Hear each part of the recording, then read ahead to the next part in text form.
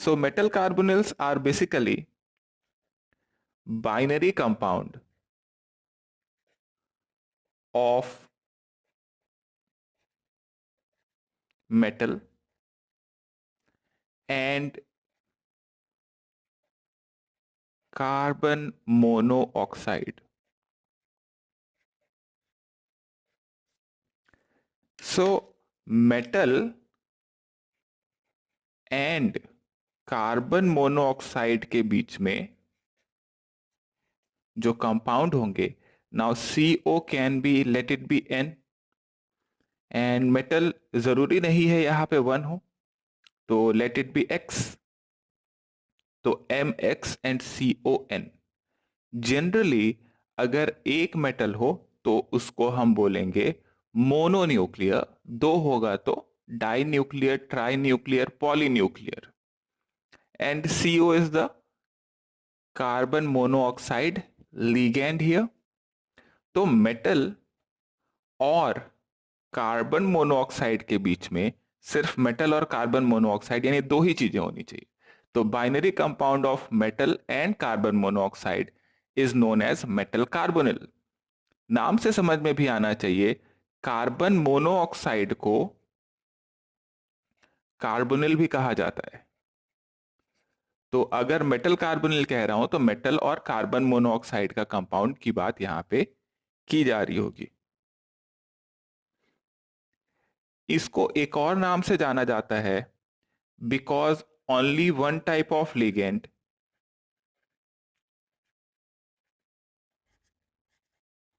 is present, it is homoleptic. Homoleptic and heteroleptic दो तरीके की चीजें थी। तो only one type of ligand that is carbon monoxide, तो होमोलेप्टिक कार्बोनिल कंपाउंड भी कह सकते हैं इसको। ओके, ब्रैकेट में लिख लेना, only CO ligand will be present, only CO ligand will be present, that compound will be known as homoleptic carbonyls. Homoleptic का मतलब सिर्फ एक ही टाइप ऑफ लिगेंड, कौन सा वाला लिगेंड, तो कार्बोनिल। तो होमोलेप्टिक कार्बोनिल भी यहां पे हम इसको कह रहे हैं। जनरली यहां पे जो मेटल होगा वो डी ब्लॉक का एलिमेंट होगा, ये हम लोग पहले से देखते आ रहे हैं। उसमें डी ब्लॉक होगा जिसके साथ ही जुड़ा होगा। एग्जाम्पल के लिए अगर हम देखें, so we can see vanadium carbonyl VCO6, और हम देख सकते हैं क्रोमियम कार्बोनिल और मोलिबेडनम कार्बोनिल।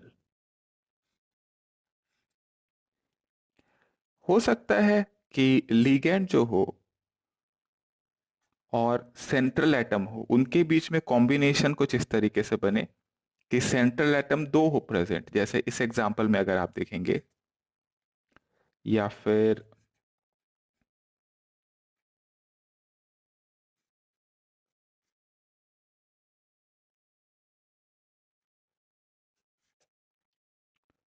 और Fe2CO9,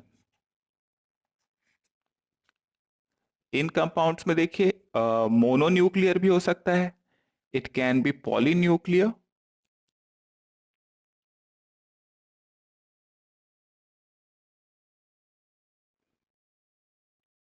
okay, so these are the general examples of metal carbonyl. Now हम बात कर लेते हैं मेटल कार्बोनिल्स की स्ट्रक्चर और बॉन्डिंग की। So we will talk about structure and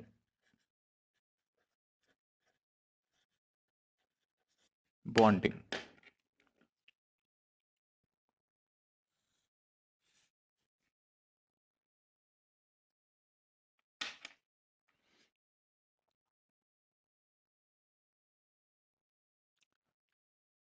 so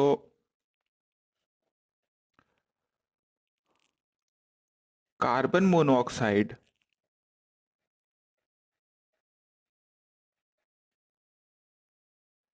CO as a ligand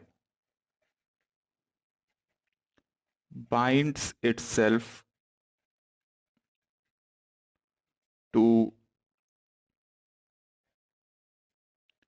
metal atom through the carbon atom. That means carbon atom के through metal से जुड़ा हुआ है. Also, it is a weak donor, that is a weak base. Lewis base की बात कर रहे हैं यहां पे हम. It forms a weak sigma bond to the central atom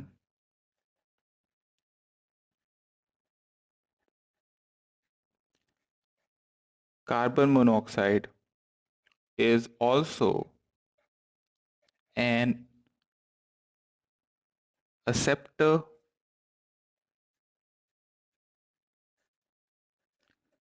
ligand and forms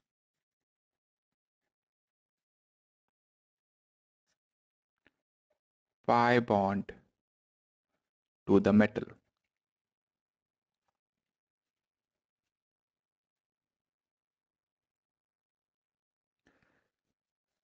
This characteristic property of back bonding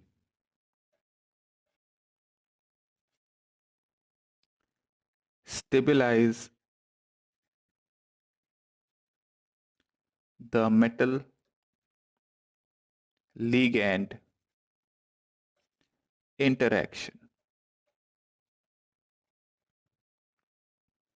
सो ये point important है, इसको अच्छे से समझ लेते हैं. कह रहे हैं हम यहाँ पे कि मेटल जो है वो कार्बन मोनोऑक्साइड के साथ जुड़ा हुआ होगा थ्रू अ सिग्मा बॉन्ड. अब सिग्मा बॉन्ड बहुत अच्छा इलेक्ट्रॉन पेयर डोनर नहीं है, तो कैसे पता चला? It is a weak donor और it is a weak base, यानी इलेक्ट्रॉन बहुत अच्छे से डोनेट नहीं होगा. बट क्योंकि यहां पे एक पाई बॉन्ड भी बन सकता है मेटल और कार्बन मोनोऑक्साइड के बीच में, और इस बैक बॉन्डिंग की वजह से जो पाई बॉन्ड आ रहा है उसकी वजह से metal arc and carbon monoxide के बीच का बॉन्ड स्ट्रांग हो जाता है, स्टेबलाइज हो जाता है. Metal ligand interaction. So metal and carbon monoxide के बीच में एक काफी स्ट्रांग इंटरेक्शन होता है. वो स्ट्रांग इंटरेक्शन इस वजह से है क्योंकि सिग्मा बॉन्ड के साथ साथ यहां पे एक पाई बॉन्ड भी बन रहा होता है, और क्योंकि सिग्मा और पाई दो बॉन्ड बन रहे हैं तो मेटल कार्बन के बीच में बॉन्ड स्ट्रांग हो जाएगा. इसको समझने के लिए हम लोगों को थोड़ा सा मॉलिक्यूलर ऑर्बिटल थ्योरी के बारे में बात करना पड़ेगा. सो हम यहां लिखेंगे consider molecular orbital theory for carbon monoxide. So for carbon monoxide we have seen that carbon का होगा 6, ऑक्सीजन का 8, दोनों का मिला के हो गया 14. तो अगर हम यहाँ पे देख लें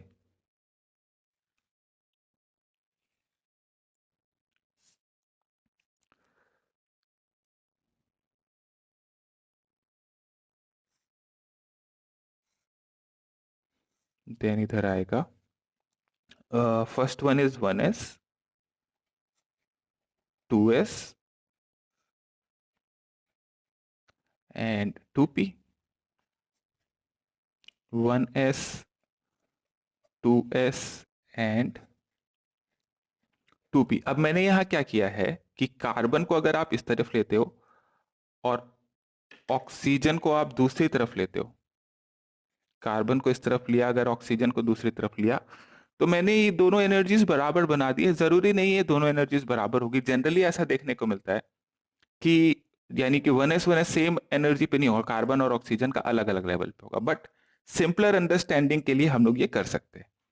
अब हम जानते थे 1s मॉलिक्यूलर ऑर्बिटल थ्योरी में सिंपल एटॉमिक ऑर्बिटल्स जोड़ के बनाते हैं मॉलिक्यूलर ऑर्बिटल्स, और दो ऑर्बिटल्स मिलके दो नए ऑर्बिटल्स बनाएंगे, एक बॉन्डिंग मॉलिक्यूलर ऑर्बिटल और एंटी बॉन्डिंग।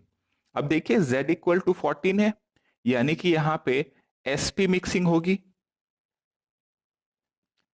sp मिक्सिंग की वजह से क्या आता था, sp मिक्सिंग की वजह से पाई और सिग्मा की एनर्जी इंटरचेंज हो जाती थी।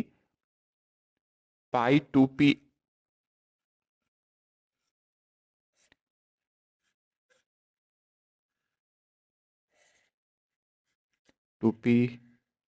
तो अब मैं जरा नाम दे देता हूं। तो first one is sigma 1s, ऊपर वाला हो जाएगा sigma star 1s, sigma 2s, sigma star 2s, this is pi 2p,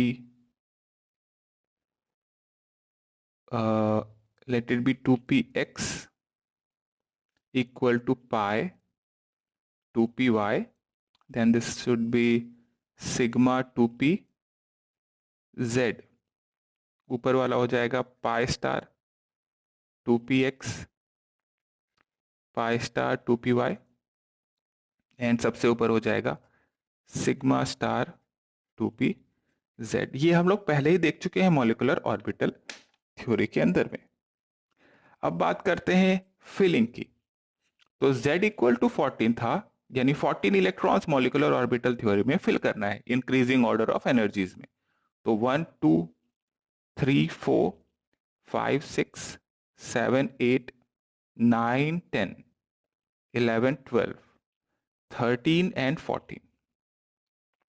So we can see that in carbon monoxide we have one sigma 2p, sigma 1 2pz and pi 2px and pi 2py completely filled। बाकी उसके नीचे देखें तो pi star 2p, pi star 2s और sorry sigma star 2s और sigma 2s ये fill हो गए हैं कंप्लीटली।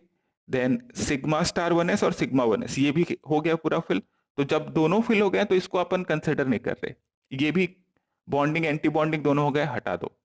बचा क्या, सिग्मा 2pz, यानी एक सिग्मा बॉन्ड बच रहा है एक्स्ट्रा और दो पाई बॉन्ड बच रहे हैं। एक सिग्मा देखो, सिग्मा 2pz और दो पाई कौन से हैं, पाई 2px पाई 2py। क्यों लिया इसको, because pi star 2px pi star 2py और सिग्मा स्टार 2pz खाली था। इसी वजह से आप देखते हो कि कार्बन मोनोऑक्साइड के स्ट्रक्चर में we have a triple bond. So the triple bond is to represent a single sigma bond, sigma bond and two pi bond. So total तीन बॉन्ड में एक सिग्मा और दो पाई थे। ये हुआ कार्बन मोनोऑक्साइड का स्ट्रक्चर, पहले तो हमने ये समझना है। अब इस बॉन्डिंग को आपने समझ लिया अगर, तो आप देखिए होता क्या है। पहले मैं डायग्रामेटिकली आपको समझा देता हूं, उसके बाद मैं बात करूंगा कि ऑर्बिटल थ्योरी से कैसे समझा जाए। सो मेटल एटम जो है और कार्बन मोनोऑक्साइड, इनके बीच में एक सिग्मा बॉन्ड बनेगा, क्लियरली हम ये देख पा रहे हैं। और कार्बन मोनोऑक्साइड में कार्बन के ऊपर देखिए there is a vacant pi star orbital, pi star 2px and pi star 2py। Clear है, देख पा रहे हैं। मेटल्स जो होंगे, क्योंकि वो डी ऑर्बिटल के मेटल्स हैं तो उनके पास डी ऑर्बिटल भी होगा। अब आगे जो कार्बन मोनोऑक्साइड है इसमें देखिए सिग्मा 2p z है, दिखा सिग्मा 2p z है, यानी 2 इलेक्ट्रॉन है सिग्मा में।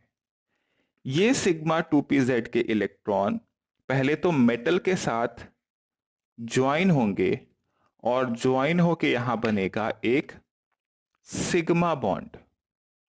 क्या हुआ? कार्बन मोनोऑक्साइड से मेटल की तरफ एक सिग्मा बॉन्ड बना। लीगैंड का फील्ड ऑर्बिटल, मेटल का vacant orbital, and there is a overlapping, right, overlapping to give a sigma bond. Now अगर मेटल के पास जो डी ऑर्बिटल्स हैं उन डी ऑर्बिटल्स में इलेक्ट्रॉन हुआ तो एक तो सिग्मा बॉन्ड पहले बन गया, ये समझ में आया हमें। अगर मेटल के पास यहां पे डी ऑर्बिटल में भी इलेक्ट्रॉन हुए तो ये हो सकता है कि मेटल के डी इलेक्ट्रॉन जो है वो कार्बन मोनोऑक्साइड के इस ऑर्बिटल में इलेक्ट्रॉन डोनेट कर रहे हैं। अब ये इलेक्ट्रॉन कौन सा है भाई? This is the pi star orbital. Do remember, back bonding जो होगी वो हमेशा फील्ड से वेकेंट की तरफ होनी चाहिए। तो आप पाई ऑर्बिटल नहीं ले सकते बिकॉज पाई ऑर्बिटल तो फील्ड था, मेरे को वेकेंट चाहिए। तो वेकेंट कौन सा है अगला ऊपर? सबसे कम एनर्जी का वेकेंट ऑर्बिटल है pi star 2p x and pi star 2p y। That simply means कि इलेक्ट्रॉन जो आएंगे वो आएंगे पाई स्टार ऑर्बिटल में। मॉलिक्यूलर ऑर्बिटल थ्योरी ये कहता है कि जैसे जैसे anti bonding, because pi star is anti bonding orbital, जैसे जैसे एंटी बॉन्डिंग में इलेक्ट्रॉन बढ़ेंगे बॉन्ड ऑर्डर घटेगा और स्टेबिलिटी घटेगी।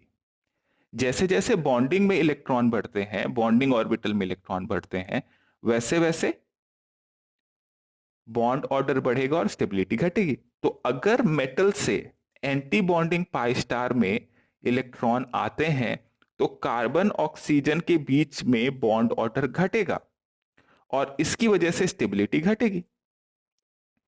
तो देखने में तो ये बहुत अच्छा लग रहा था कि मेटल से वापस एक बैक बॉन्डिंग हुई कार्बन मोनोऑक्साइड की तरफ to give a pi bond. So since there is a sigma and a pi bond, there is a very effective overlapping between metal and carbon. तो मेटल और carbon के बीच का bond तो strong हो गया, लेकिन क्योंकि इलेक्ट्रॉन पाई स्टार में आ रहे थे, एंटी बॉन्डिंग में इलेक्ट्रॉन आ रहे थे, इस वजह से कार्बन और ऑक्सीजन के बीच का बॉन्ड थोड़ा सा वीक होने लगा। पहले क्या था? ट्रिपल बॉन्ड था। अब क्या होगा? ट्रिपल बॉन्ड से थोड़ा कम होने लगेगा। डिपेंड करता है कितने ज्यादा इलेक्ट्रॉन आ रहे हैं। जितने ज्यादा इलेक्ट्रॉन आ रहे होंगे मेटल से उतना ही कार्बन ऑक्सीजन के बीच का बॉन्ड वीक होना चाहिए, बिकॉज इलेक्ट्रॉन आ रहे हैं पाई स्टार में। लेकिन जितने ज्यादा इलेक्ट्रॉन आ रहे होंगे उतना ही ये पाई बॉन्ड भी तो स्ट्रांग होता जाएगा। दैट मीन्स अगर बैक बॉन्डिंग स्ट्रांग होती है तो मेटल कार्बन के बीच का बॉन्ड तो स्ट्रांग हो जाता है। लेकिन जैसे जैसे मेटल कार्बन के बीच का बॉन्ड स्ट्रांग होता है कार्बन ऑक्सीजन के बीच का बॉन्ड वीक होता है, और वीक होने से क्या होगा? बॉन्ड लेंथ बढ़ेगा, because bond order is inversely proportional to bond length. But metal carbon के बीच का अगर बॉन्ड स्ट्रांग होगा तो मेटल कार्बन के बीच का बॉन्ड लेंथ कम होता जाएगा, और जब मेटल कार्बन के बीच का बॉन्ड लेंथ कम होगा तो कार्बन ऑक्सीजन के बीच में बढ़ने लगेगा। किसके रिस्पेक्ट में? एक सिंपल कार्बन मोनोऑक्साइड के रेस्पेक्ट में। तो ये जो बॉन्डिंग है, स्पेशल टाइप ऑफ बॉन्डिंग, इसको बोलते हैं हम, लिख लीजिए यहां पे, this is known as synergic bonding.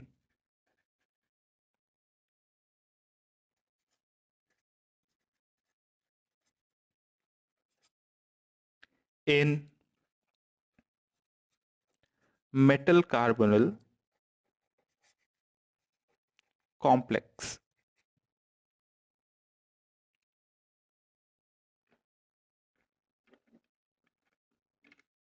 So we can summarize this bonding. Note कर लिया हमने?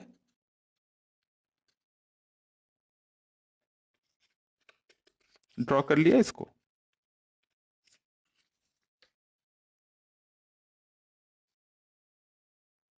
पूरा नोट किया इधर से इधर? नोट कर लिया तो हम आगे, मैं समराइज कराता हूं इसको।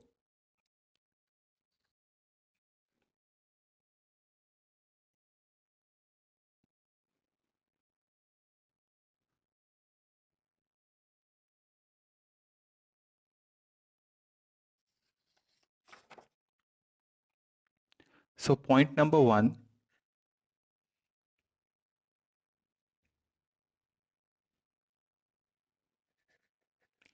as the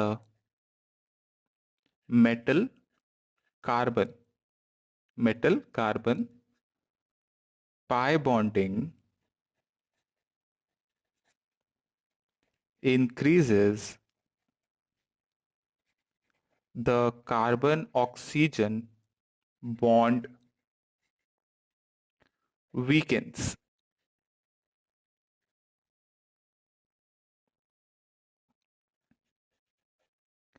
The greater the positive charge on the metal atom,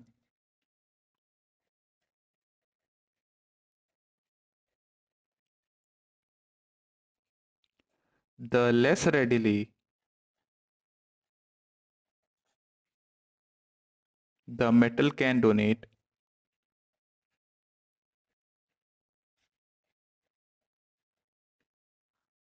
electron density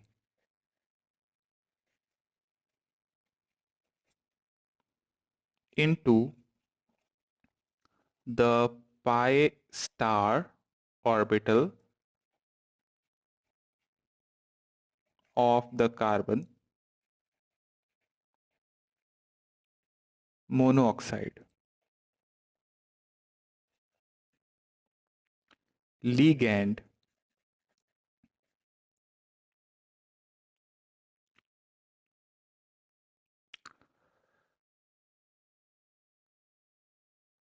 and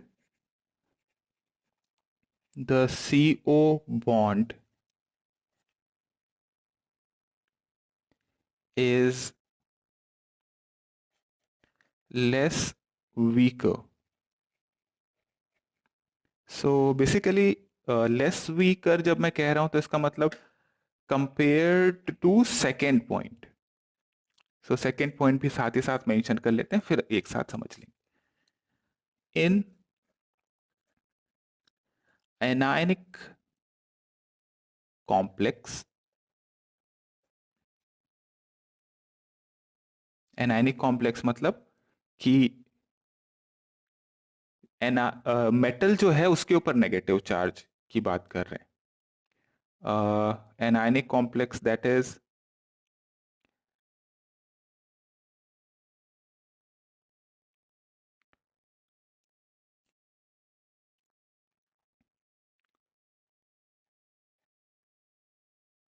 कार्बोनिलेट, carbonylate anion,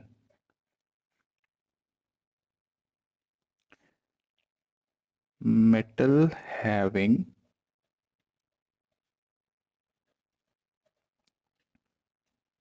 negative charge.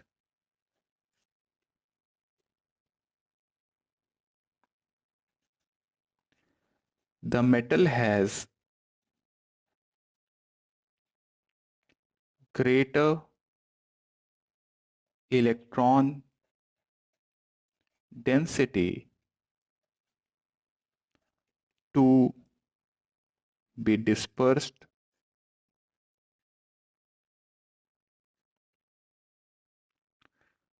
with the result that metal carbon pi bonding is enhanced and the carbon oxygen bond is diminished in strength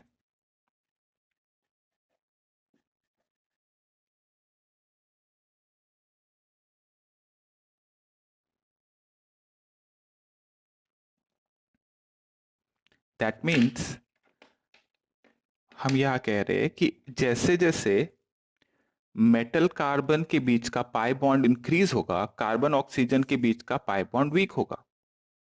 यहां पे भी आप लिख सकते थे कि as metal carbon pi bond weakens, carbon oxygen bond strengthens.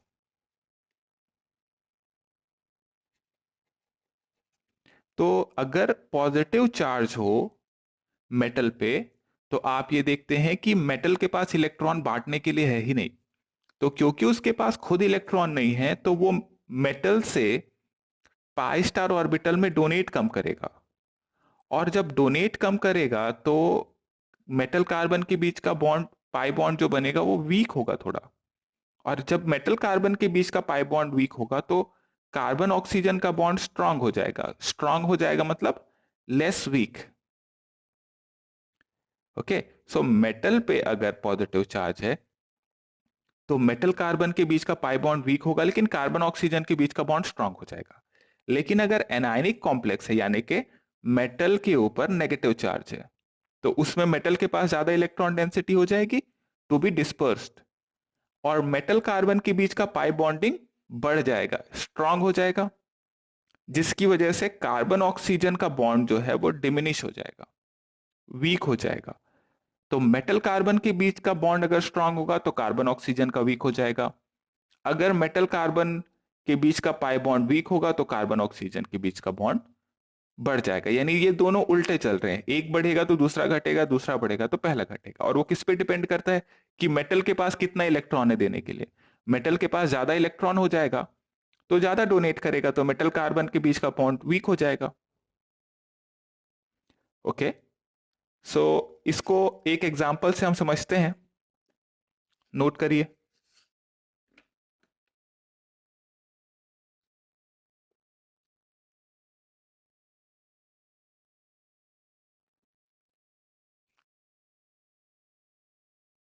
Note कर लिया?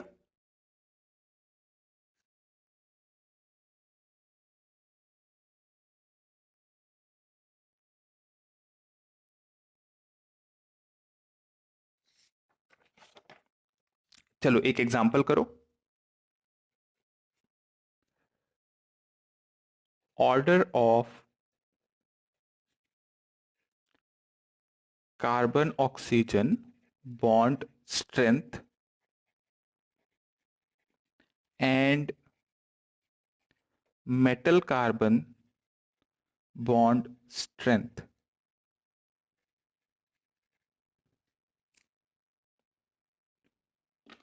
So order of carbon oxygen bond strength and metal carbon bond strength we have to find. Example number 1.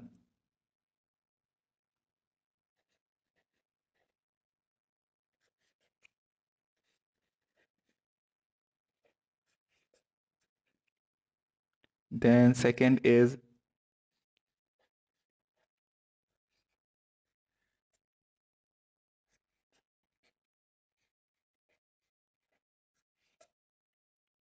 and then Ti, titanium carbon monoxide 6. There's a 2- charge here. Vanadium compound has a -1 charge. Manganese has a +1 charge and chromium has a 0 charge. So we have to give the order of carbon oxygen bond strength. That means bond strength between carbon and oxygen. So दो part में answer बताना है। पहला part होना चाहिए हमारा carbon oxygen bond strength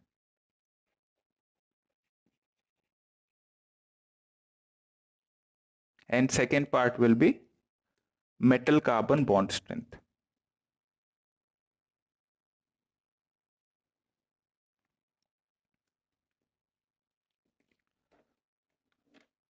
So simply हम ये कह सकते हैं as the positive charge increase हो मेटल पे, as the positive charge increases the metal carbon bond strength will decrease. Why? Because metal के पास बैक बॉन्डिंग बनाने के लिए इलेक्ट्रॉन कम हो गए। मेटल कार्बन के बीच का बॉन्ड अगर वीक होगा तो कार्बन ऑक्सीजन के बीच का बॉन्ड स्ट्रांग हो जाएगा। अगर नेगेटिव चार्ज मेटल के ऊपर बढ़ता है तो मेटल कार्बन के बीच का बॉन्ड स्ट्रांग हो जाएगा और कार्बन ऑक्सीजन के बीच का बॉन्ड वीक हो जाएगा। तो इसके हिसाब से अगर हम जाएंगे तो मैंगनीज पे carbon monoxide is a neutral ligand, इसके ऊपर चार्ज तो जीरो है, तो मैंगनीज के ऊपर है +1, क्रोमियम के ऊपर है 0, वेनेडियम के ऊपर है -1, टाइटेनियम के ऊपर है -2 चार्ज।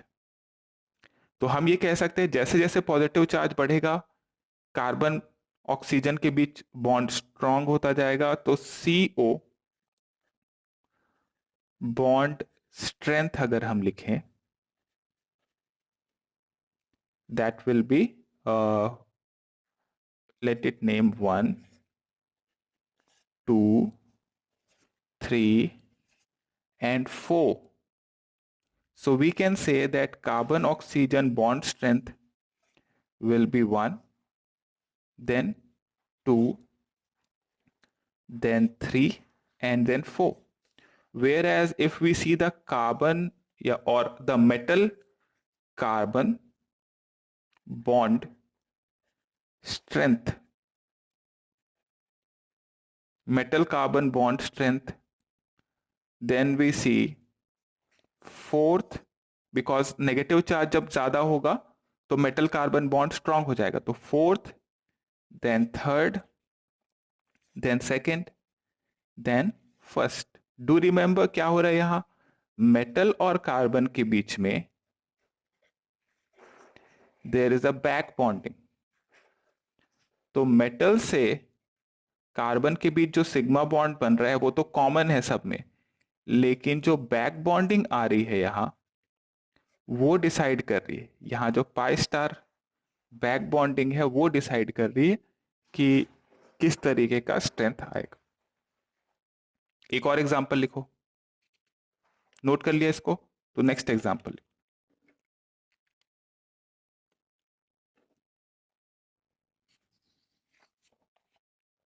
सेकेंड पार्ट क्वेश्चन का,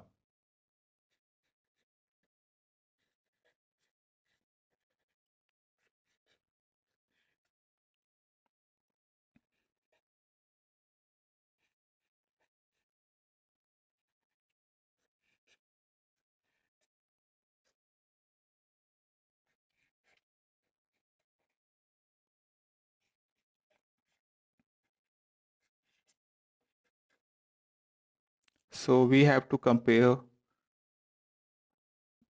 carbon oxygen bond strength,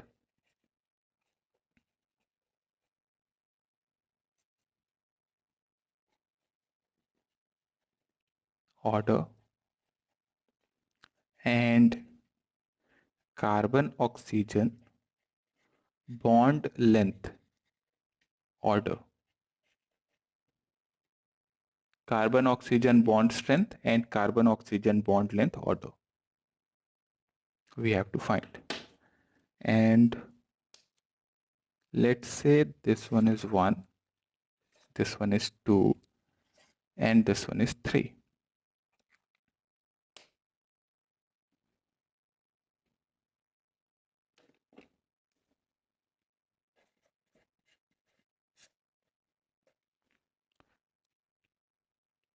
So we can say that as negative charge increases on metal atom, metal carbon bond strength increases and carbon oxygen bond strength decreases. So carbon oxygen का bond strength जो है वो bond order से भी relate करता है, और bond order directly proportional होगी बॉन्ड स्ट्रेंथ के, और अगर बॉन्ड स्ट्रेंथ बढ़ रहा है तो बॉन्ड लेंथ घट जाएगी, उल्टा चलेगा ये। तो नेगेटिव चार्ज देख लीजिए, निकल निकल पे 0 है, कोबाल्ट पे -1 है एंड आयरन पे -2 है। तो as the negative charge increases the metal carbon bond will, कि यहाँ पे ये भी पूछ सकता था मेटल कार्बन का बॉन्ड स्ट्रेंथ बताओ या मेटल कार्बन का बॉन्ड लेंथ बताओ, तो अब उस केस में हम लोग मेटल कार्बन के लिए देख लेते यहाँ पे, बट कार्बन ऑक्सीजन के लिए पूछा है तो हम कार्बन ऑक्सीजन के लिए करेंगे। तो जैसे जैसे नेगेटिव चार्ज बढ़ेगा कार्बन ऑक्सीजन का बॉन्ड स्ट्रेंथ डिक्रीज होता जाएगा। तो हम ये कह सकते हैं कि बॉन्ड स्ट्रेंथ किसका, bond CO strength will be first, then second, and then third. Then we have to compare the CO bond length, that will be reverse, that is third, then second, and then first. Okay, this will be the bond strength and bond length. Similarly bond order अगर पूछ ले तो bond strength के जैसा ही order आपको बना देना है यहाँ पे, उसमें कोई डिफरेंस नहीं आएगा।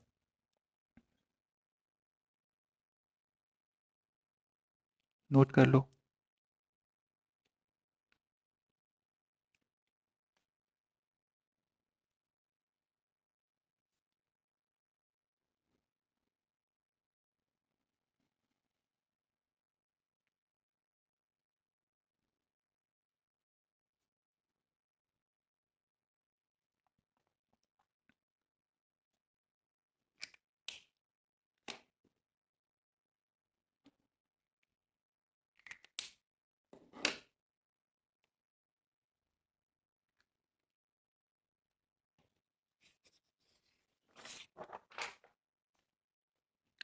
Okay, let's talk about classification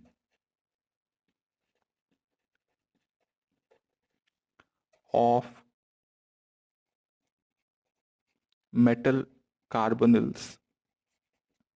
So it can be divided into 3 parts. First part is monomeric. Monomeric means metal atom is 1. Then there is bridged, or it can also be said to be binuclear. Binuclear has metal atoms equal to 2. Then third one is polynuclear. Polynuclear means metal atom are greater than 2.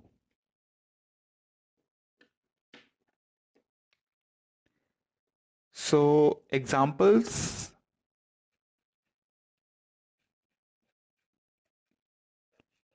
NiCO4, FeCO4, FeCO5, CrCO6, and VCO6. So these all are of 3D. 4D भी हो सकता है,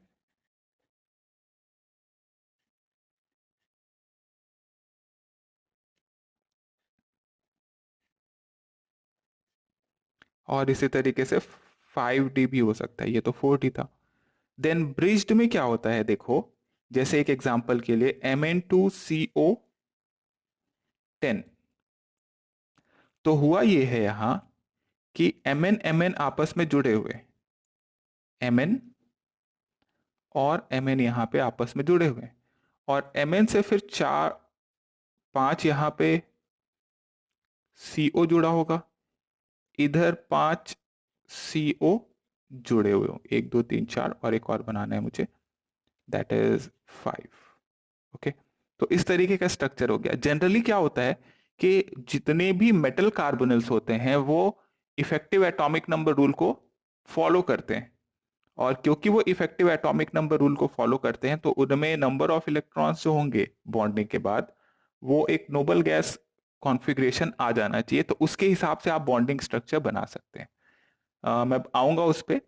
polynuclear में देखिए, Fe3 CO12 एक हो सकता है, then CO4 cobalt 12। So monomeric, bridged and polynuclear. हमने मोनोमेरिक के बारे में डिटेल में पढ़ा है। ब्रिज्ड भी हो सकता है और पॉलीन्यूक्लियर भी हो सकता है। पॉलीन्यूक्लियर में भी ऐसे ही होगा, मेटल मेटल मेटल जुड़ते चले जाएंगे और फिर एंड्स पे आप देखेंगे कार्बन मोनोऑक्साइड लगेगा और जो Fe बीच में होंगे उनमें भी लगेंगे। तो मेटल मेटल बॉन्ड देखने को मिलता है ब्रिज्ड में या पॉलीन्यूक्लियर के अंदर।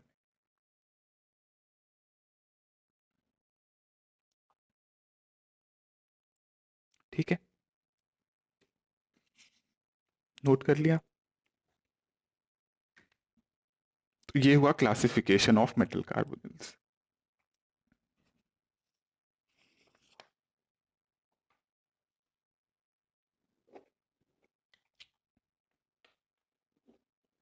तो एक एग्जांपल देखते हैं हम। Find the structure of metal carbonyl. पहला,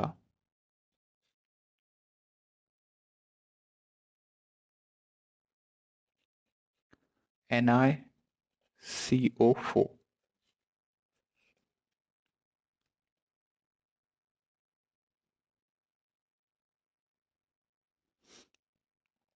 find the structure.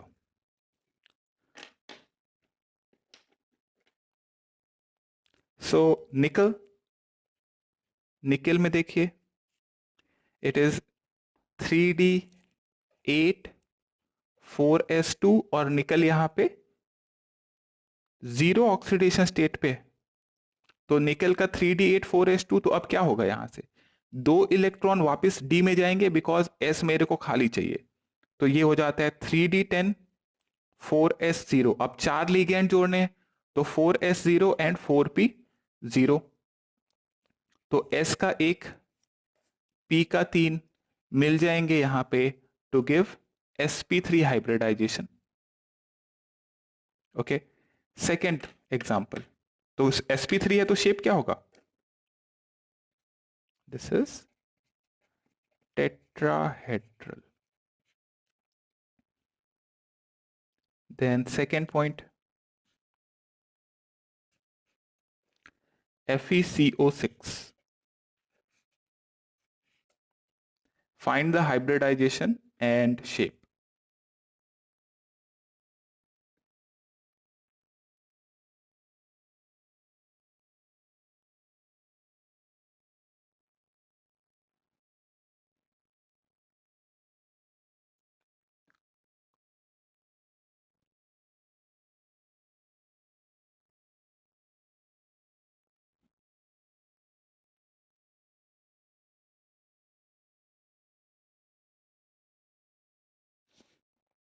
So Fe here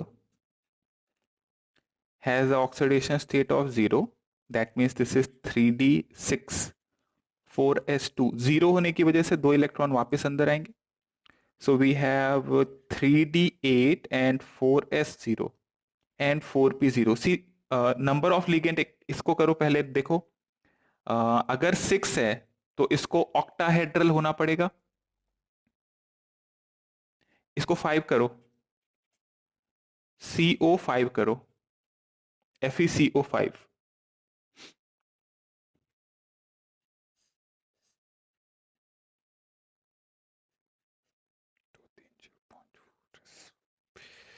okay, so 3D8 है and see the ligand, it is a strong field ligand, carbon is the donor atom. तो 1 2 3 4 5 6 और 7 8, मतलब एक D orbital खाली छूटेगा यहाँ पे और टोटल 5 जोड़ना है मेरे को। तो ये हो जाएगा एक डी ऑर्बिटल और बाकी 3p orbital. So it gives DsP3 hybridization and 5 orbital होंगे So this will give trigonal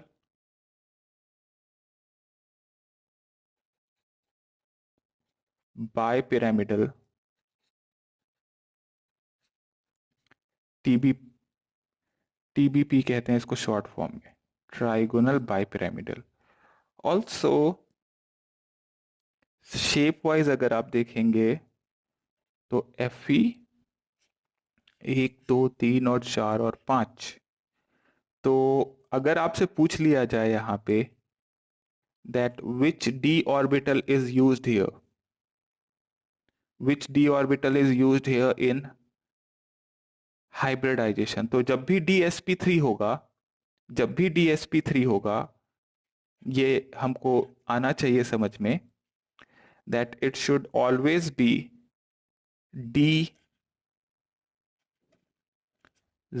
square. It will always be dz square in case of dsp3 hybridization.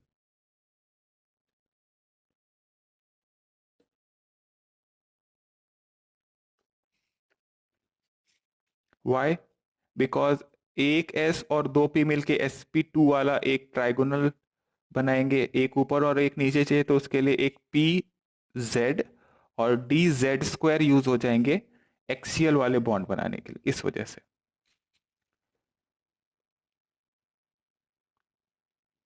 Next example,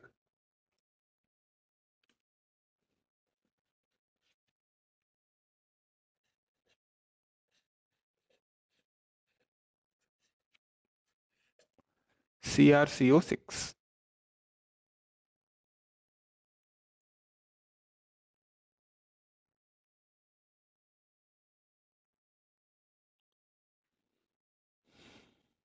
We have to find the hybridization and shape.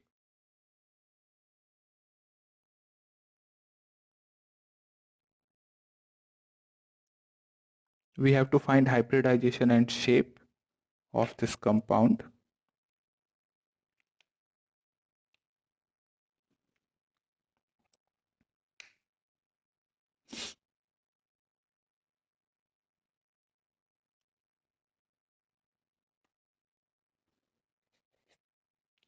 So chromium has a configuration of 3d5 4s1, s का electron मैंने d में भेजा, so we have 3d6 4s0 and the number of ligand is 6, so the coordination number is 6.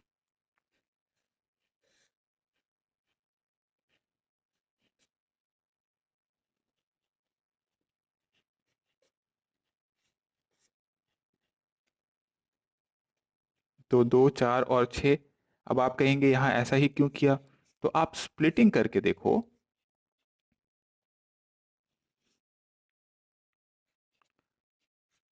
That is T2G and EG। Now मेरे को 6 electrons D में fill करने हैं, because carbon monoxide is a strong field ligand. Strong field ligand है तो pairing होगी 1 2 and 3। तो we can say that we have T2G 2,2,2 EG 0,0। तो EG के दो ऑर्बिटल खाली छूट जाएंगे, 6 जोड़ने थे तो D2 और ये आके हो गया D2sp3। कोऑर्डिनेशन नंबर 6 है तो यहां पे ऑक्टाहेड्रल शेप हो जाएगा। See, the number of unpaired electrons is 0, so we can also say that this is a diamagnetic compound. Diamagnetic compound.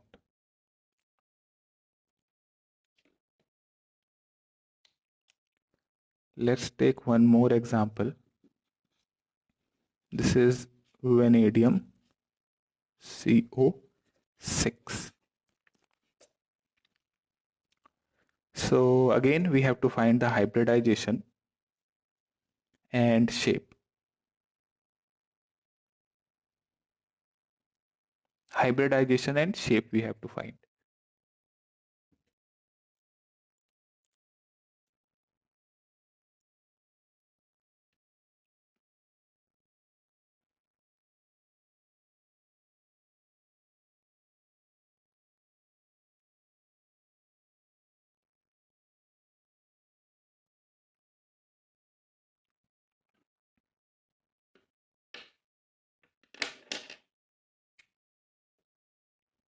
So coordination number is 6 and vanadium will have configuration 3d3 and 4s2। 2 electron को आप अंदर ले जाओ तो ये हो जाता है 3d5 4s0। Now 3d5 4s0 है तो मैं कोऑर्डिनेशन नंबर 6 है तो स्प्लिटिंग कर लेता हूं T2G एंड EG में। Because carbon monoxide is a strong ligand तो मैं 5 इलेक्ट्रॉन पे 1 2 3 4 एंड 5 एक अनपेयर्ड इलेक्ट्रॉन यहां पे बच गया है ना। तो अब 3d5 को मैं कैसे लिखूंगा? तो मैं क्योंकि मैं देख चुका हूं T2G और EG में क्या आ रहा है भाई, तो T2G 2,2,1 EG 0,0 आ रहा है। तो इस वजह से यहां पे मैं लिखूंगा d ऑर्बिटल को 1 2 3 4 1 2 3 4 एंड 5। इसमें कैसे फिलिंग करूंगा? 1 2 3 4 एंड 5। दो ऑर्बिटल खाली छोड़ दिए बिकॉज दो ऑर्बिटल EG के थे, यहां से दिख रहा था मुझे इसलिए यहां दो खाली छोड़े। Then 4s0 and we have 4p0, ये जुड़ जाएंगे टू गिव D2sp3 एंड इस वजह से ये हो जाएगा ऑक्टाहेड्रल। ध्यान देने वाली बात यह है कि एक अनपेयर्ड इलेक्ट्रॉन है, एक अनपेयर्ड इलेक्ट्रॉन है, इस वजह से ये पैरामैग्नेटिक हो गया। जबकि इसके पहले के सारे एग्जाम्पल में देखिए all electrons were paired so they were diamagnetic. और पैरामैग्नेटिक होने की वजह से इसकी स्टेबिलिटी काफी कम होगी। वैसे स्टेबिलिटी एक्सप्लेन करने के लिए मैं आगे बात करूंगा, नोट करो यहां तक।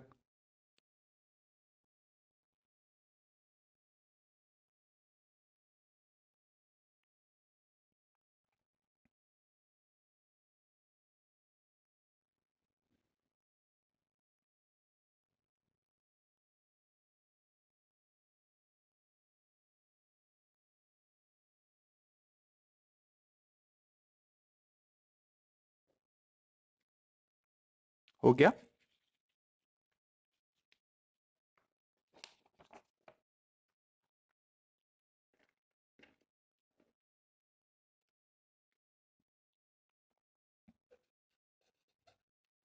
The stability of metal carbonyls can be explained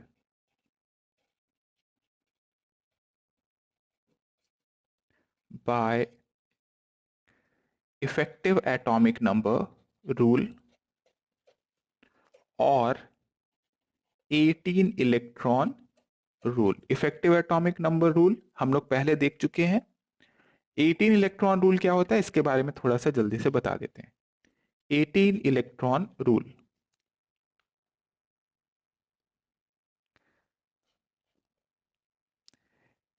if the number of valence shell electrons of the metal plus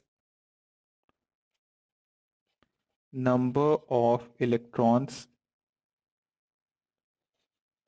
donated by bonded carbon monoxide groups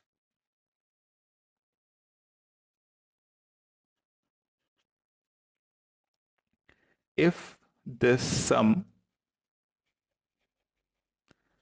comes out to be 18 electron, then carbonyl is said to be stable। मैं कहता हूं कि इस effect 18 electron rule की जरूरत नहीं है, effective atomic number rule से भी अपन कर लेंगे तो भी अपना काम बहुत अच्छे से चलेगा। याद करिए EAN क्या था? EAN क्या था? ये था atomic number of metal, which is the central metal, minus oxidation number on metal plus number of electron donated by ligand. ये था EAN. अब क्या कहता था स्टेबिलिटी का रूल कि if this EAN, if EAN is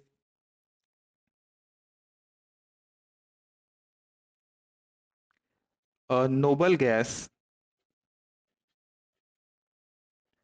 configuration, then carbonyl is stable. दोनों में से कोई एक यूज करो, क्योंकि EAN पहले से हम लोग को निकालना आता है, तो मैं कहता हूं EAN को यूज करेंगे हम. क्या करना है? Atomic number minus oxidation number on the metal plus number of electron donated bye ligand, सब जोड़ के अगर आप देखते हो और नोबल गैस कॉन्फ़िगरेशन आ गया. जैसे हम अब ज्यादातर बात करेंगे 3D सीरीज की, तो 3D सीरीज में अगर क्रिप्टॉन का आता है, क्रिप्टॉन दैट इज 36, यानी कि सम अगर 36 निकल के आ जाए तो हम कहेंगे दैट स्टेबल होगा. इसका अगला वाला होता है 54 का, तो अगर ये EN 36 आ जाए या 54 आ जाए तो कंपाउंड स्टेबल हो जाएगा.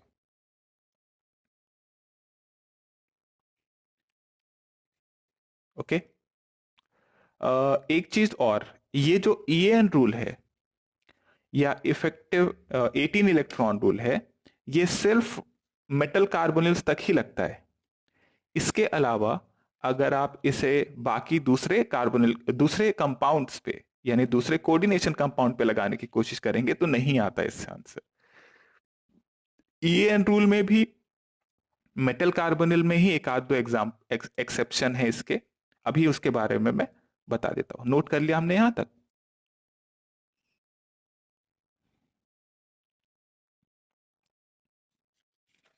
नोट करो जल्दी से.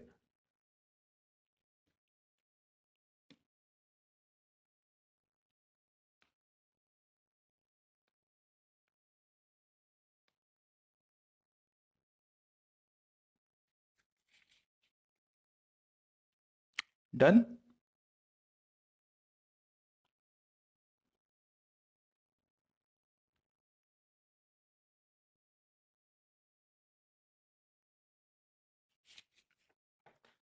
So let's take some examples to see whether we can find the stabilities.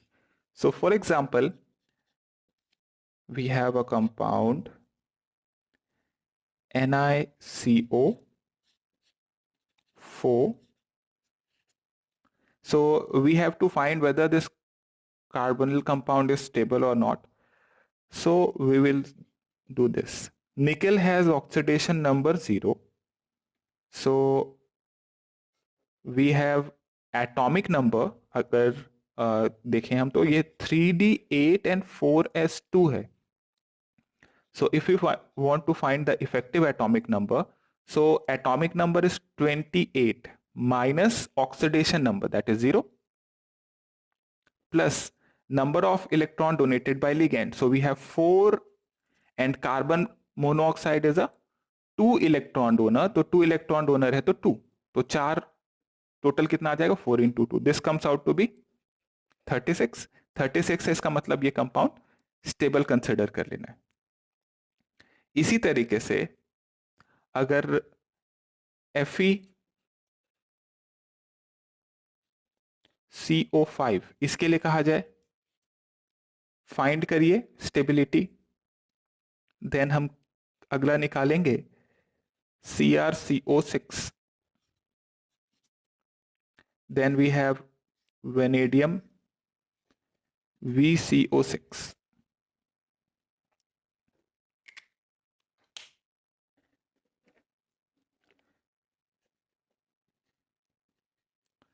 Fe has atomic number 26 minus 0 plus 5 into 2 this comes out to be 36.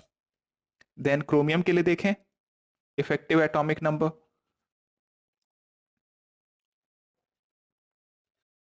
Chromium का कितना होगा?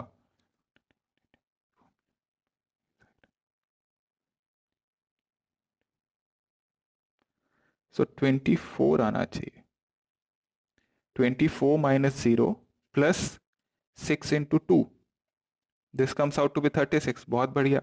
अगला एग्जांपल इंटरेस्टिंग है, देखिए इफेक्टिव एटॉमिक नंबर कितना आ रहा है.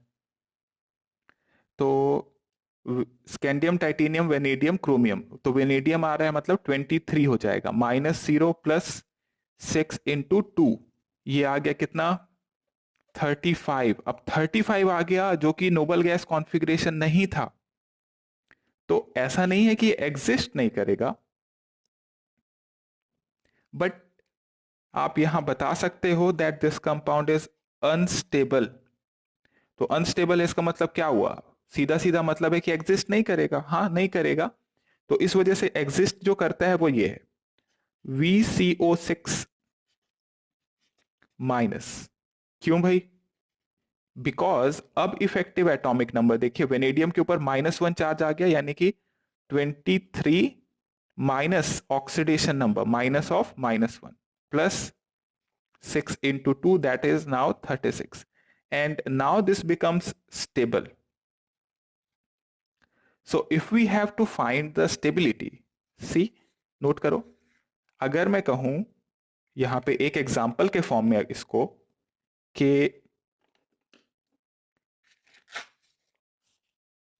Stability चाहिए मुझे VCO6 एंड VCO6 माइनस में what is the stability order.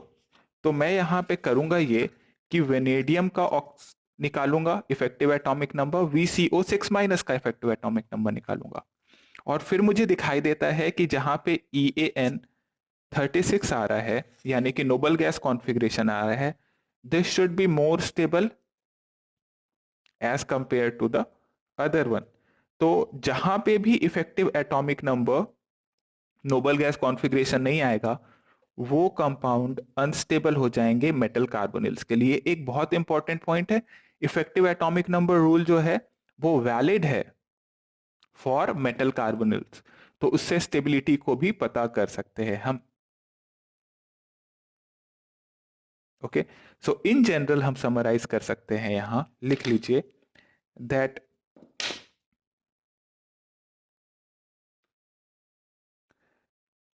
EAN rule is valid for metal carbonyls and also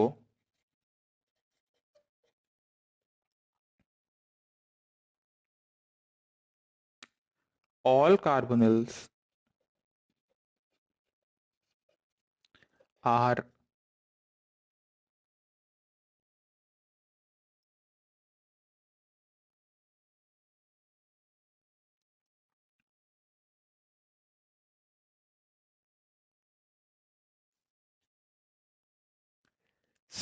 stable, having EAN of noble gas configuration.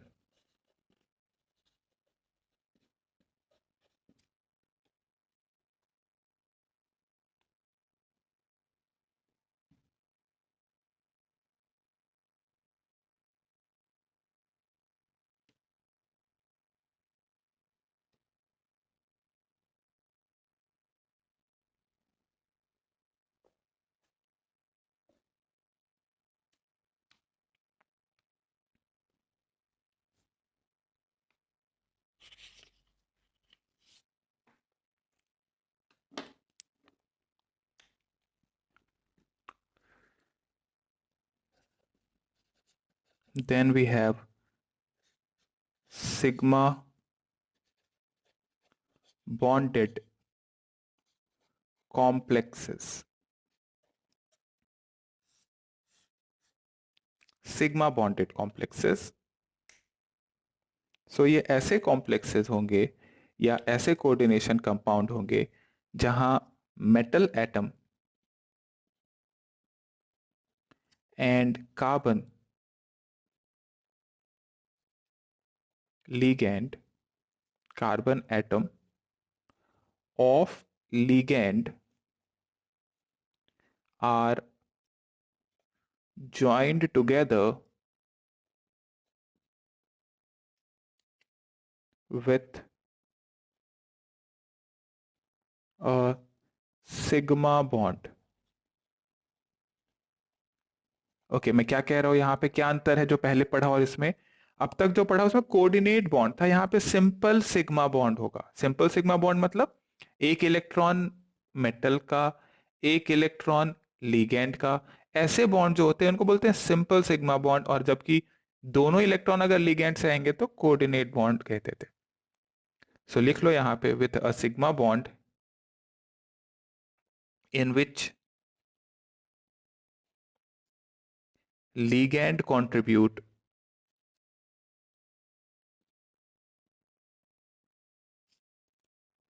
one electron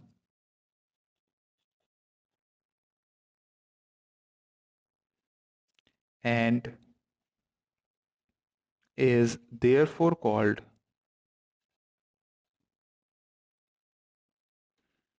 one electron donor। सो इसका एक काफी famous example है Grignard reagent. सो Grignard's reagent में R M G x ऐसा structure देखने को मिलता है, जहां आर जो होगा ये हो सकता है अल्काइल ग्रुप या अराइल ग्रुप, और एक्स जो है वो हैलोजन है। हैलोजन में जनरली ये क्लोरीन होगा या ब्रोमीन होगा, आयोडीन और फ्लोरीन हमने नहीं लिया है। जैसे कि एक ग्रिग्नार्ड रिएजेंट का एग्जांपल देखिए, CH3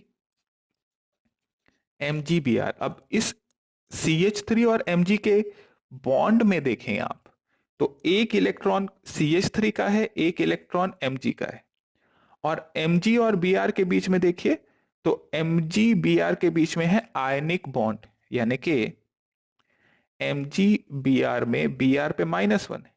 और CH3 और MgBr में अगर आप देखोगे तो CH3 और Mg के बीच में है तो sigma bond, but it is a partially ionic bond. तो मैग्नीशियम के ऊपर ऑक्सीडेशन नंबर अगर आप देखना चाहते हो या चार्ज देखना चाहते हो तो बाय डिफॉल्ट +2 दिखाई देगा, और यहाँ -1 है, लेकिन ये कंप्लीट -1 नहीं, पार्शियल -1 आप कह सकते हो, क्योंकि यहाँ सिग्मा बॉन्ड है which is a covalent bond. Ionic होता तो -1 आ जाता। तो मैग्नीशियम का एक इलेक्ट्रॉन इधर है, एक इलेक्ट्रॉन इधर है, जो कि सिग्मा बॉन्ड में है, और एक इलेक्ट्रॉन इसने ब्रोमीन को कंप्लीटली ट्रांसफर कर दिया। तो एक यहां पे सिग्मा है और एक आयनिक बॉन्ड है ग्रिग्नार्ड रिएजेंट के अंदर में। यहां पे CH3 की जगह आप बेंजीन लगा लो, तो बेंजीन लगा लोगे तो मैं कह दूंगा PH MgBr, right. R is a alkyl group और अराइल ग्रुप, और हेलोजन में Cl और Br दोनों में से कोई एक जनरली यूज करते हैं। ठीक है, तो यहां पे सिग्मा बॉन्ड जो बना, उस सिग्मा बॉन्ड के अंदर में एक ही इलेक्ट्रॉन डोनर था लिगैंड, तो इसलिए इसको बोलते हैं sigma bond complex, grignard reagent. Then दूसरा, ग्रिग्नार्ड रिएजेंट के अलावा हम लिख सकते हैं example CH3 4SN, C2H5 PB, या C2H5 को करो 4 PB, C2H5 4 PB, then Al2 CH3 6 Al2 C2H5 6 etc.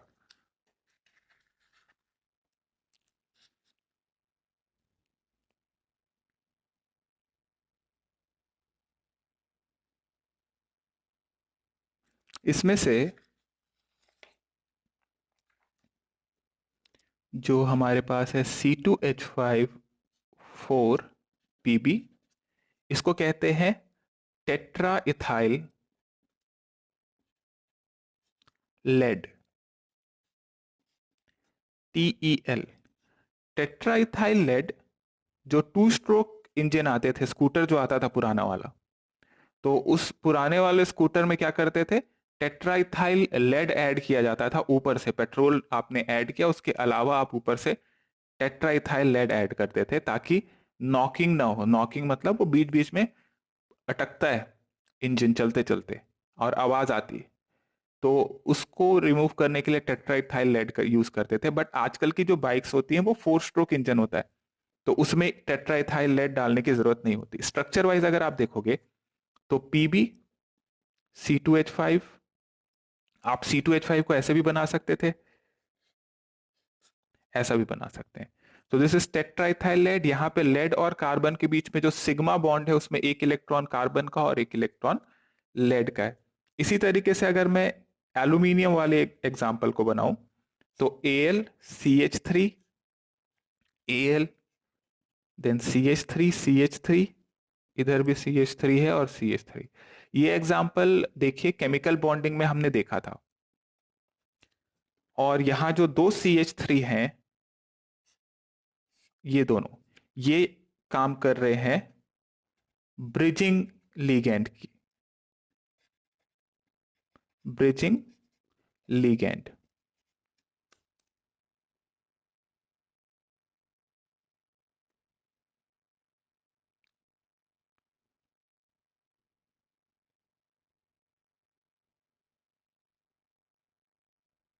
Electron deficient bonding के अंदर में इसको देखा था हमने।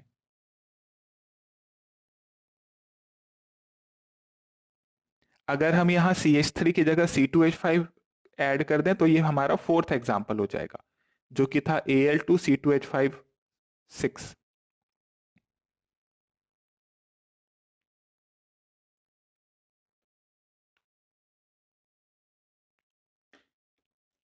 डू रिमेंबर, जहां पे मेटल और कार्बन के बीच में बॉन्डिंग हो उनको कहते हैं ऑर्गेनोमेटालिक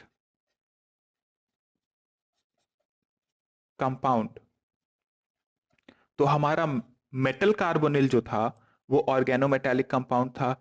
ये जो PbC2H5 4 वाला है टेट्राइथाइल लेड, इसमें मेटल और कार्बन के बीच बॉन्डिंग है, तो ये भी हमारा ऑर्गेनोमेटालिक है। ऑर्गेनो फॉर ऑर्गेनिक, ऑर्गेनो आता है ऑर्गेनिक, ऑर्गेनिक का मतलब कार्बन बात कर रहे हैं, और मेटालिक मतलब मेटल।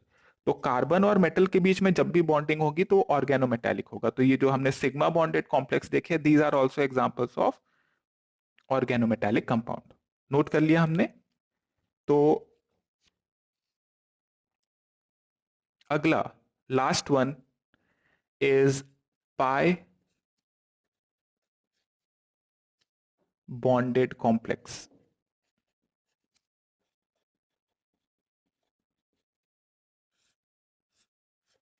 पाई बॉन्डेड कॉम्प्लेक्स, यहां पे metals compound, metals bond with alkenes, alkynes, benzene and other ring compound।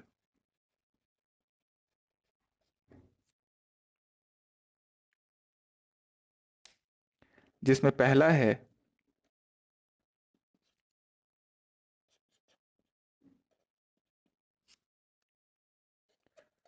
Zis's salt। So Zis's salt is the common name for the compound KPtCl3 eta square C2H4। अब इसके अंदर में bonding देखेंगे हम, तो ये ज्यादा अच्छे से क्लियर होगा। बेसिकली देखिए, आपको दिखाई देगा कि प्लैटिनम जो है ये सेंटर है और इससे 3 हमारे पास क्लोरीन जुड़ चुके हैं पहले ही। और जो C2H4 है, C2H4 is what, C double bond C, H H, इसके अंदर में जो पाई बॉन्ड है कार्बन कार्बन के बीच में, इस पाई बॉन्ड का प्लेटिनम के साथ बॉन्ड बन रहा है, which is obviously a coordinate bond. So this complex, जिसके ऊपर ओवरऑल -1 चार्ज है और इसमें बाहर K+ लगा हुआ है, इस कॉम्प्लेक्स का नाम है जीसस सॉल्ट। अगेन यहाँ पे जो बॉन्डिंग है ना, देखिए ये मेटल कार्बोनिल में जो हमने देखा था कार्बन ऑक्सीजन और मेटल के बीच में, उस जैसी ही है। यहाँ पे जो पाई इलेक्ट्रॉन क्लाउड है वो डोनेट हो रहा है प्लैटिनम की तरफ, लेकिन प्लैटिनम भी इलेक्ट्रॉन डोनेट कर सकता है कार्बन को। देखिए नोट कर लिया इसको हमने। तो यहाँ पे एक छोटा सा मैं पॉइंट बता दूं दैट क्योंकि कार्बन कार्बन के बीच के पाई बॉन्ड प्लैटिनम की तरफ गए हैं, तो जितना मेटल कार्बन के बीच पाई बॉन्ड, मेटल और लिगैंड के बीच में स्ट्रांग होता जाएगा बॉन्डिंग, कार्बन कार्बन के बीच की इलेक्ट्रॉन डेंसिटी पाई बॉन्ड की मेटल की तरफ जाएगी, तो कार्बन कार्बन के बीच का बॉन्ड वीक होता जाएगा, बॉन्ड लेंथ इसलिए थोड़ा इंक्रीज होता हुआ दिखाई देगा। तो लिख लेंगे यहां पे हम the carbon carbon bond length is slightly increased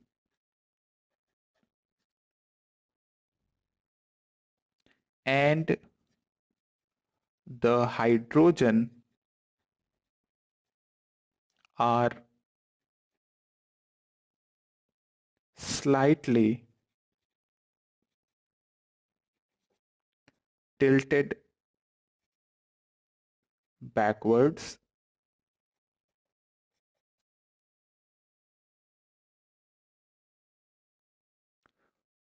from a planar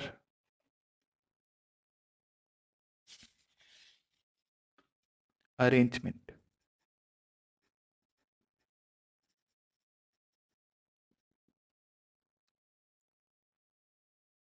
okay, अब जरा समझ लेते हैं इसकी बॉन्डिंग को। नोट कर लीजिए यहां तक।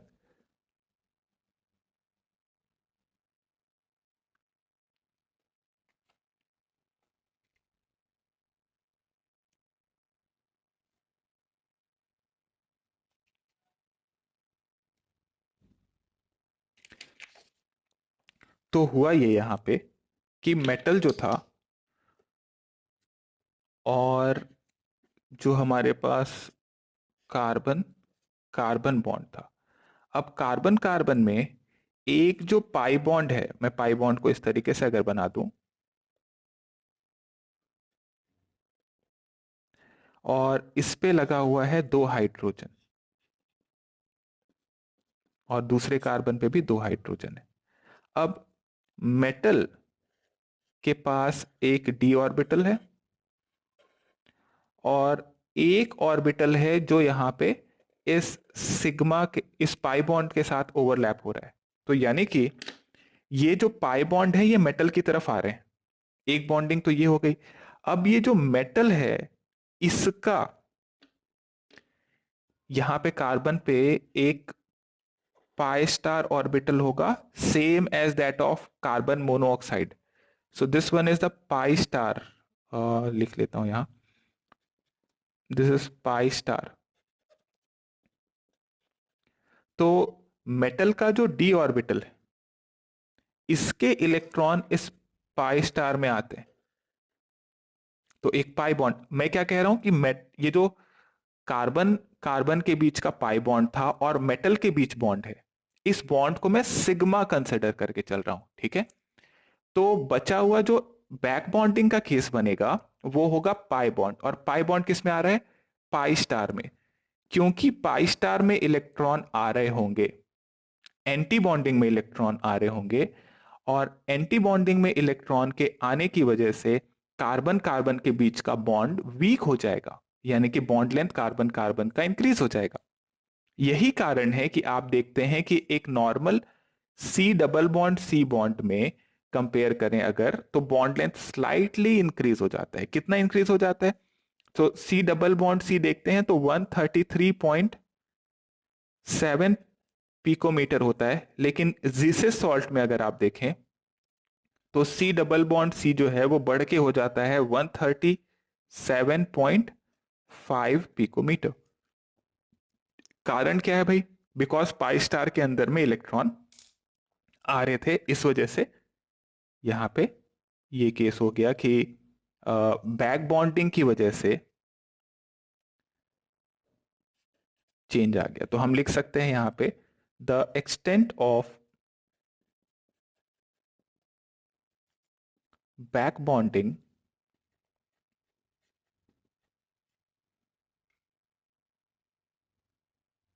Depend on metal and, metal पे डिपेंड करता है और किस पे डिपेंड करेगा? और डिपेंड करेगा and substituent on ethylene. Hydrogen की जगह अगर आपने दूसरे सब्स्टिट्यूएंट लगा दिए इथिलीन पे, तो भी ये चेंज हो सकता है। अच्छा, अगर आपसे पूछे कि कार्बन कार्बन के बीच का बॉन्ड लेंथ क्यों बढ़ गया, कार्बन कार्बन के बीच का बॉन्ड लेंथ क्यों बढ़ गया, तो आप क्या बताएंगे? Since the back bond is in anti-bonding pi star of carbon, so bond length of carbon carbon increases and bond strength also decreases। Name भी इंपॉर्टेंट है यहां पे, देखिए नेम था यहां पे, या कॉम्प्लेक्स का नाम देखें अगर आप तो के PtCl3 ईटा स्क्वायर क्या बता रहा है? ये ईटा पे स्क्वायर क्या बता रहा है? C2H4, और ये हो गया कॉम्प्लेक्स। ये ईटा स्क्वायर बता रहा है कि जो pi cloud, pi electron cloud donate हुआ है मेटल की तरफ, वो कितने कार्बन के बीच में शेयर्ड था? 2 कार्बन के बीच में शेयर्ड था। सी सी के बीच में शेयर्ड था, जो सिग्मा बॉन्ड के फॉर्म में डोनेट हुआ है। तो उसको बताने के लिए कि कितने इलेक्ट्रॉन्स के बीच था वो पाई क्लाउड जो शेयर हो रहा है, उसको बताने के लिए ईटा स्क्वायर यहां पे लगाते हैं। अगर 6 के बीच में वो पाई इलेक्ट्रॉन क्लाउड शेयर हो रहा होता, जैसे अगर हमारे पास बेंजीन होता, तो ईटा टू द पावर 6 आ जाता। जैसे नेक्स्ट एग्जांपल में ही देख लो, नोट करो यहां तक।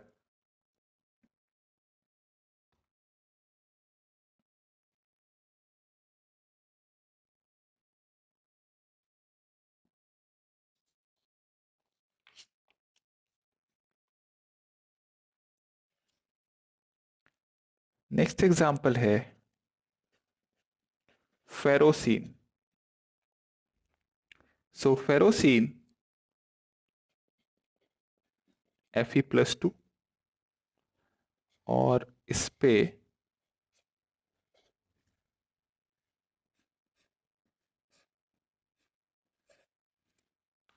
तो इस पे -1 चार्ज है, मतलब इस 5 मेंबर रिंग पे -1 चार्ज है। और यहां पे ये पाई इलेक्ट्रॉन क्लाउड जो है वो Fe+2 के साथ शेयर होगा। देखिए 5 कार्बन का एक रिंग ऊपर और एक 5 मेंबर रिंग नीचे, और बीच में Fe, तो एक सैंडविच जैसा बन जाता है। तो इसको सैंडविच कॉम्प्लेक्स भी कहते हैं। नाम या नोमेनक्लेचर का तरीका देखिए, Fe eta to the power 5, why 5? Because ये जो पाई इलेक्ट्रॉन क्लाउड डोनेट हो रहा है वो 5 के बीच में शेयर्ड हो रहा था, तो ईटा टू द पावर 5 C5H5 2। इसका कॉमन नेम है फेरोसिन। आप अगर नेमिंग करना चाहते हो तो आप लिख सकते हो बिस cyclo penta diinyl, this is the ligand, bis cyclopenta diinyl iron, and iron पे ऑक्सीडेशन स्टेट है 2। ये हो जाएगा हमारा फेरोसिन कॉम्प्लेक्स। ऑब्वियसली आपसे पूछा जाए क्या यहाँ पे बॉन्ड लेंथ इंक्रीज होगा कार्बन कार्बन के बीच में? बिल्कुल होगा, बिकॉज कार्बन कार्बन के बीच का पाई इलेक्ट्रॉन क्लाउड काफी डोनेट हो गया Fe+2 की तरफ कोऑर्डिनेट बॉन्ड के फॉर्म में। तो याद रखना इसको सिग्मा बॉन्ड ही कंसिडर करेंगे, डेटिव बॉन्ड यानी कोऑर्डिनेट बॉन्ड कंसिडर करेंगे। इलेक्ट्रॉन क्लाउड पाई का है, लेकिन शेयरिंग का तरीका कैसा है? सिग्मा के जैसा, यानी कि कोऑर्डिनेट बॉन्ड के जैसा है। इसी तरीके से एक और एग्जांपल देख सकते हैं आप, that is bis benzene chromium. Bis benzene chromium, structure आता है इसका Cr eta to the power 6 C6H6। अब बेंजीन जो होता है वो तो न्यूट्रल होता है, तो इस वजह से यहां पे हमें सब पता चला कि क्रोमियम जो है वो न्यूट्रल है। और बेंजीन पे जो 6 कार्बन +2 के जैसा कंसिडर करूंगा, तो मेरे को 6 इलेक्ट्रॉन डोनर के जैसा कंसिडर करना पड़ेगा इधर। तो ये हो जाएगा माइनस या plus 2 into 6, that is equal to 36। अगर आप न्यूट्रल कंसिडर कर रहे हो Fe को, पूरा का पूरा फेरोसिन क्योंकि आपको न्यूट्रल दिखाई देता है, तो अगर आप न्यूट्रल कंसिडर कर रहे हो तो न्यूट्रल कंसिडर करने पे आपको देखने को मिलेगा कि फिर आप 5 इलेक्ट्रॉन डोनर कंसिडर कर सकते हो। यहां पे आप लिख लेना इस पॉइंट को, ये इंपॉर्टेंट पॉइंट है। Ferrocene obey EAN and 18 electron rule.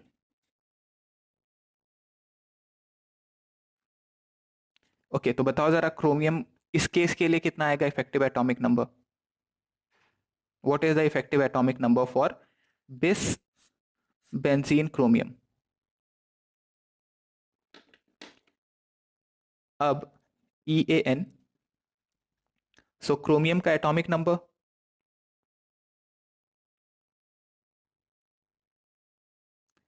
24 था, और बेंजीन कितना डोनेट कर रहा है इलेक्ट्रॉन?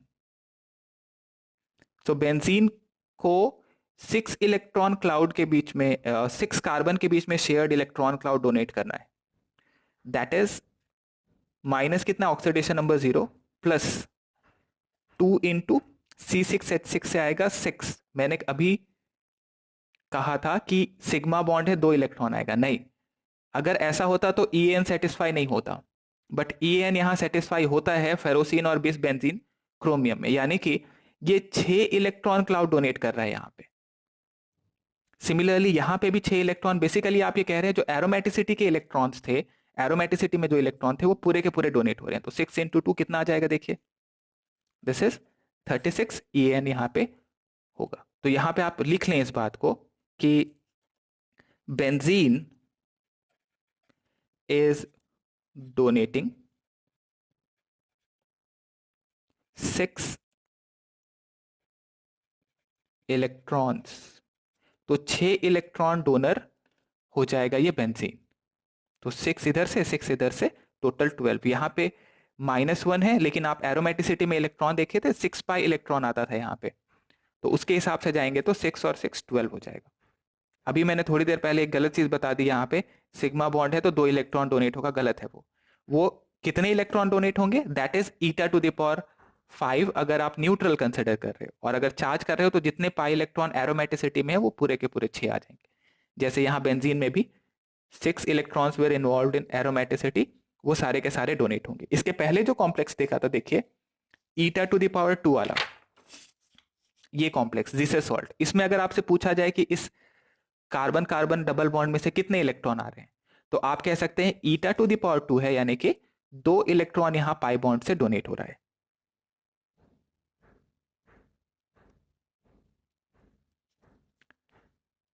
डाउट है इसमें किसी को, कितने इलेक्ट्रॉन डोनेट होंगे? कौन सी रिंग से कितने इलेक्ट्रॉन डोनेट होंगे, इसमें डाउट है क्या किसी को? देखो अच्छे से, EN से हमने ये समझ लिया कि कितने इलेक्ट्रॉन आएंगे।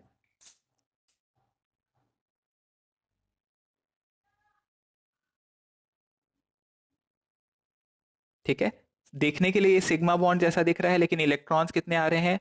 तो जितने रिंग में एरोमेटिसिटी में इलेक्ट्रॉन है, जितने पाई इलेक्ट्रॉन के क्लाउड हैं, वो नाम से भी दिख सकता है, ईटा टू द पावर 6 में जैसे यहाँ पे 6 इलेक्ट्रॉन दिख रहे हैं।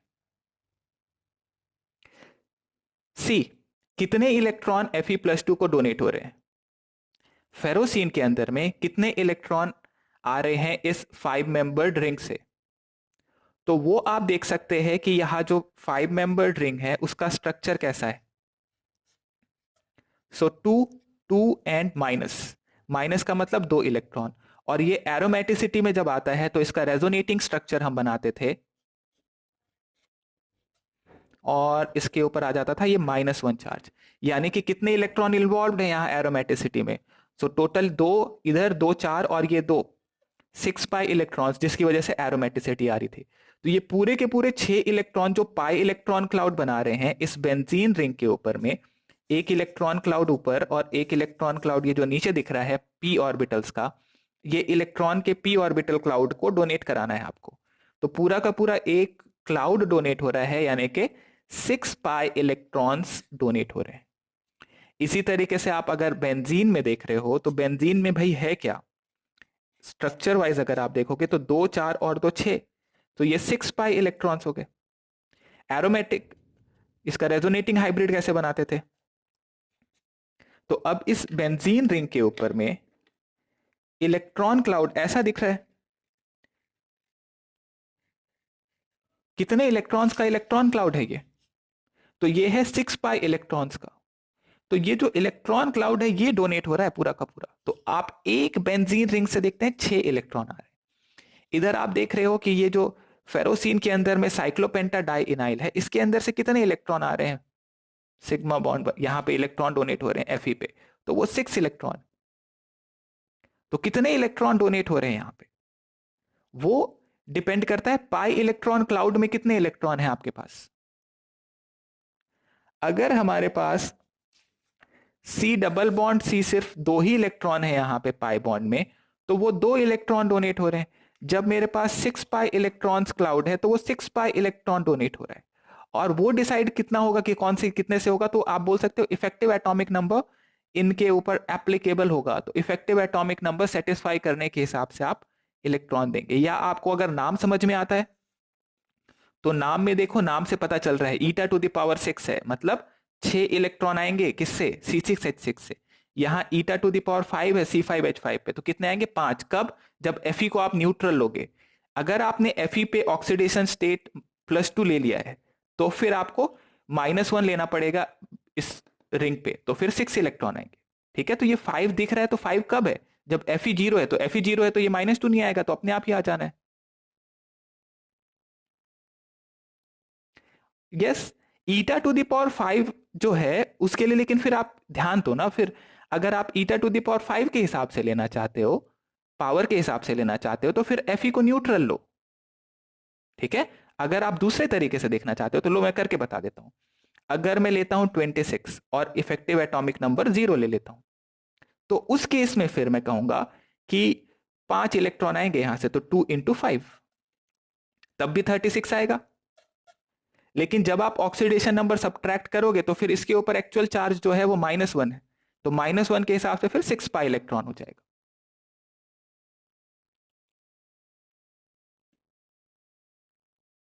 क्लियर है पॉइंट? आया समझ में? कब 5 इलेक्ट्रॉन, कब 6 इलेक्ट्रॉन। मैं तो कहता हूं कि आप इसके चक्कर में मत पड़ो, आप तो ये देखो कि कितने पाई इलेक्ट्रॉन है, वो ज्यादा आसान है फेरोसीन में समझना, बिकॉज एरोमेटिसिटी में 6 पाई इलेक्ट्रॉन थे। आपको जो ज्यादा कंफर्टेबल लगता है, अगर आप इफेक्टिव एटॉमिक नंबर रूल नहीं लगाना चाहते हो तो उससे लिख लो, या आप इस पॉइंट को लिख लो फेरोसीन के लिए, फेरोसीन के नीचे ही लिख लेना, इस तरीके से लिख लो that depending on the electron counting method adopted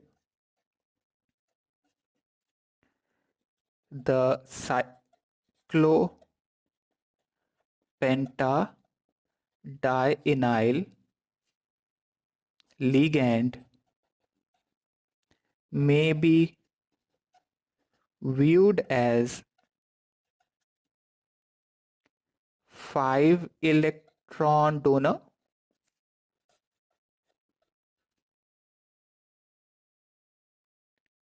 five electron donor कब? when we take neutral atom or a 6 electron donor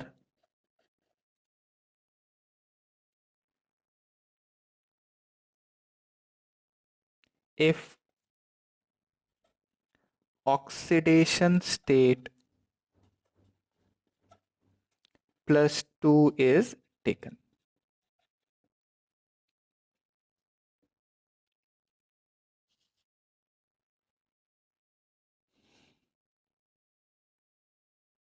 अभी भी डाउट है?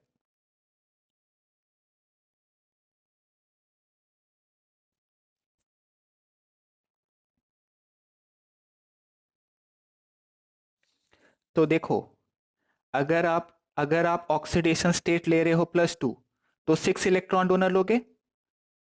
अगर आप ऑक्सीडेशन नंबर ले रहे हो 0 तो 5 इलेक्ट्रॉन डोनर लोगे। अब इसके अगले एग्जाम्पल में देखो ना, क्रोमियम तो न्यूट्रल था, तो न्यूट्रल था तो फिर उसके बाद तो दिक्कत ही नहीं, तो 24 माइनस 0। और फिर बेंजीन से कितने इलेक्ट्रॉन आएंगे? तो 6 इलेक्ट्रॉन, इसमें तो कोई डाउट ही नहीं है। फेरोसिन वाले में जरूर डाउट आ सकता था कि यहाँ 5 इलेक्ट्रॉन डोनेट होगा कि 6 इलेक्ट्रॉन, तो वो डिपेंड करता है कि आप ऑक्सीडेशन नंबर क्या लेते हो। हाँ बोलो सृष्टि, क्या डाउट है?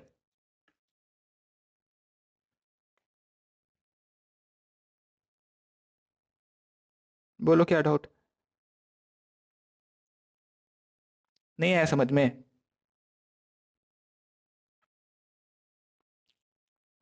अभी भी डाउट है किसी को इसके ऊपर, कितने इलेक्ट्रॉन डोनेट होंगे? मुझे तो ऑक्सीडेशन नंबर लेके नहीं, बट उसके साथ भी है एक प्रॉब्लम कि वो फिर e⁻⁵ लिखा हुआ है, तो फिर आप न्यूट्रल लेके कंसिडर करो नाम से, तो वो हो जाएगा। खैर, दो ही एग्जाम्पल अपने को देखने। अच्छा ये भी देखो, क्रोमियम जो है और बेंजीन, दो बेंजीन बीच में क्रोमियम, तो दो क्रोमियम के बीच में सैंडविच हो जाता है। सॉरी, दो बेंजीन के बीच में क्रोमियम जो है वो सैंडविच हो जाएगा, तो इस वजह से इसको भी आप सैंडविच कॉम्प्लेक्स कह सकते हो। सैंडविच कॉम्प्लेक्स में दो से ज्यादा इलेक्ट्रॉन डोनेट कर रहे हैं, देख पा रहे हैं? जैसे फेरोसिन के अंदर में हम देखते हैं 5 इलेक्ट्रॉन डोनेट कर रहा है रिंग, और बिस बेंजीन क्रोमियम के अंदर में 6 इलेक्ट्रॉन डोनेट हो रहा है। तो एक लिगेंड जो है मेरा बेंजीन जो है यहाँ पे 6 इलेक्ट्रॉन डोनेट कर पा रहा है। तो ये थोड़ी बॉन्डिंग थोड़ी अलग तरीके की है ना? समझ में आ रहा है हम लोग को? जो रिंग के इलेक्ट्रॉन क्लाउड हैं वो डोनेट हो रहे हैं, ये पूरे के पूरे 6 इलेक्ट्रॉन क्लाउड एक तरीके से आप बोल सकते हो डोनेट हो रहा है क्रोमियम को। ये पूरा का पूरा क्लाउड डोनेट हो गया, तो ऑब्वियसली अब बेंजीन के बीच में इलेक्ट्रॉन डेंसिटी थी वो कम हो जाएगी। इफेक्ट EAN किसके लिए? स्टेबिलिटी निकालने के लिए। देखो कई जगह 18 इलेक्ट्रॉन रूल यूज करता है, कई जगह ये यूज करता है इफेक्टिव एटॉमिक नंबर। मैं तो इफेक्टिव एटॉमिक नंबर से करता हूं, क्योंकि मेरे को 18 इलेक्ट्रॉन के लिए फिर वैलेंस शेल में इलेक्ट्रॉन निकालना पड़ेगा। वैलेंस शेल का इलेक्ट्रॉन निकालूंगा, उसके बाद फिर उसमें प्लस ऐड करूंगा लिगेंड के, तो मेरे को एटॉमिक नंबर निकालना तो ज्यादा कंफर्टेबल लगता है, तो इसलिए मैं तो EAN से निकालता हूं। आप चाहें तो 18 इलेक्ट्रॉन रूल से भी कर सकते हो, कोई दिक्कत नहीं। मैं यहाँ काम की चीज एक बता रहा था कि अगर बेंजीन का इलेक्ट्रॉन क्लाउड क्रोमियम की तरफ चला गया तो जरूर बेंजीन के अंदर में इलेक्ट्रॉन जो कार्बन कार्बन के बीच शेयर होने थे वही गए हैं, तो कार्बन के बीच में इलेक्ट्रॉन डेंसिटी तो कम होगा। तो आपसे अगर मैं कहूं कि क्या बॉन्ड लेंथ इंक्रीज होगा, तो बिल्कुल इंक्रीज होना चाहिए, बॉन्ड लेंथ इंक्रीज होगा और बॉन्ड ऑर्डर या बॉन्ड स्ट्रेंथ कम हो जाना चाहिए। क्यों? क्योंकि पाई इलेक्ट्रॉन डोनेट हो गए हैं क्रोमियम, या फेरोसिन वाले केस में भी हम देख सकते हैं बॉन्ड लेंथ इंक्रीज होगा, bond strength will decrease. In the case of sandwich complex. हाँ, मेटल कार्बन के बीच का अलग है कहानी, मैं कार्बन कार्बन के बीच की बात कर रहा हूँ।